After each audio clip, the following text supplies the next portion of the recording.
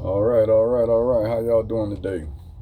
So I'm getting ready to take my walk and start my day, get my day started. But before I do, I just wanted to share a little something with y'all that I wrote and recorded while I was in prison. It's about the enlightened child. I was reading verses last night in the Bible, and I came across the verse where Jesus told him, do not prohibit the little ones from coming to me. Let them come through. And so he put his hands on them and all that, where he was scolding his disciples about trying to stop the little ones from coming to him. And so I just wanted to tell you all, pay attention to your children.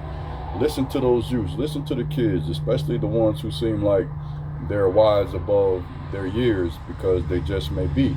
There is a such thing as a child of destiny and the enlightened child. So what I want to speak to you about today is the enlightened child. So it has been written, so some ancients revered two stages in the growth cycle of man above all others: extreme youth and extreme old age, the enlightened child and the wizened old man. It is the author's belief that this phenomenon most probably stems from the physiological nature of man, the hormonal makeup of his being. Only in extreme youth and then again in old age are hormone levels in the blood low, permitting a clarity of thought and a psychic perception not easily achieved or maintained in middle age.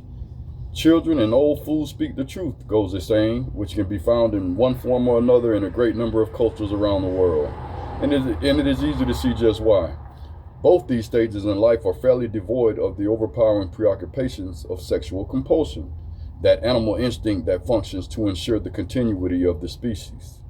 And it is a medical fact that the hormonal levels in the blood drop yearly and drastically past the mean age of 40 and to almost negligible levels by the age of 80. The enlightened child is one gifted beyond his or her years with supernatural spiritual knowings. Christ was one, as was the Buddha, and Muhammad, and Plato, and so on. Each of these men came into adult life celibate, not taking a wife or engaging in cross-sexual relations as a means of maintaining their heightened awareness. And each stated as much in his own way and through example. The wise and old wizard is an extreme example at the other end of the spectrum.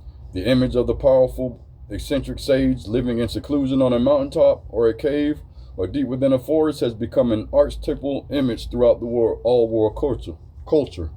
Why?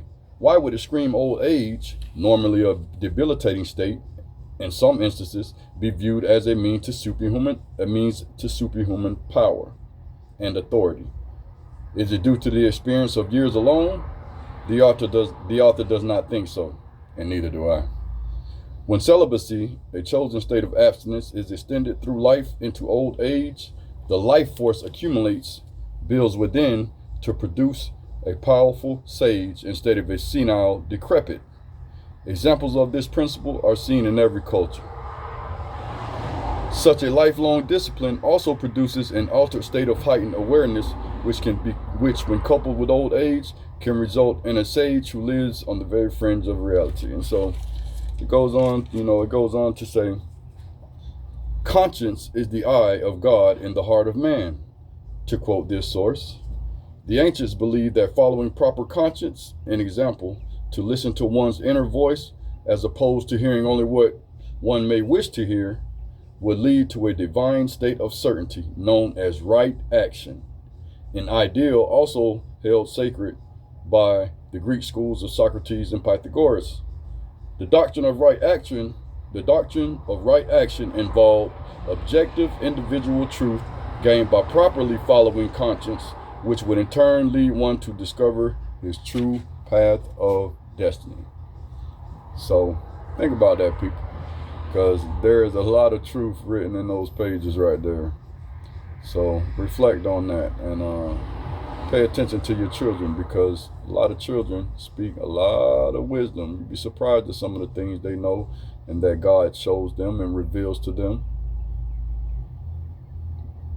The enlightened child, the golden child, also called in antiquity. So yeah, love y'all. Everybody have a good day. Be blessed. Wherever y'all go in peace and go with God. Fear none but the Lord. Amen.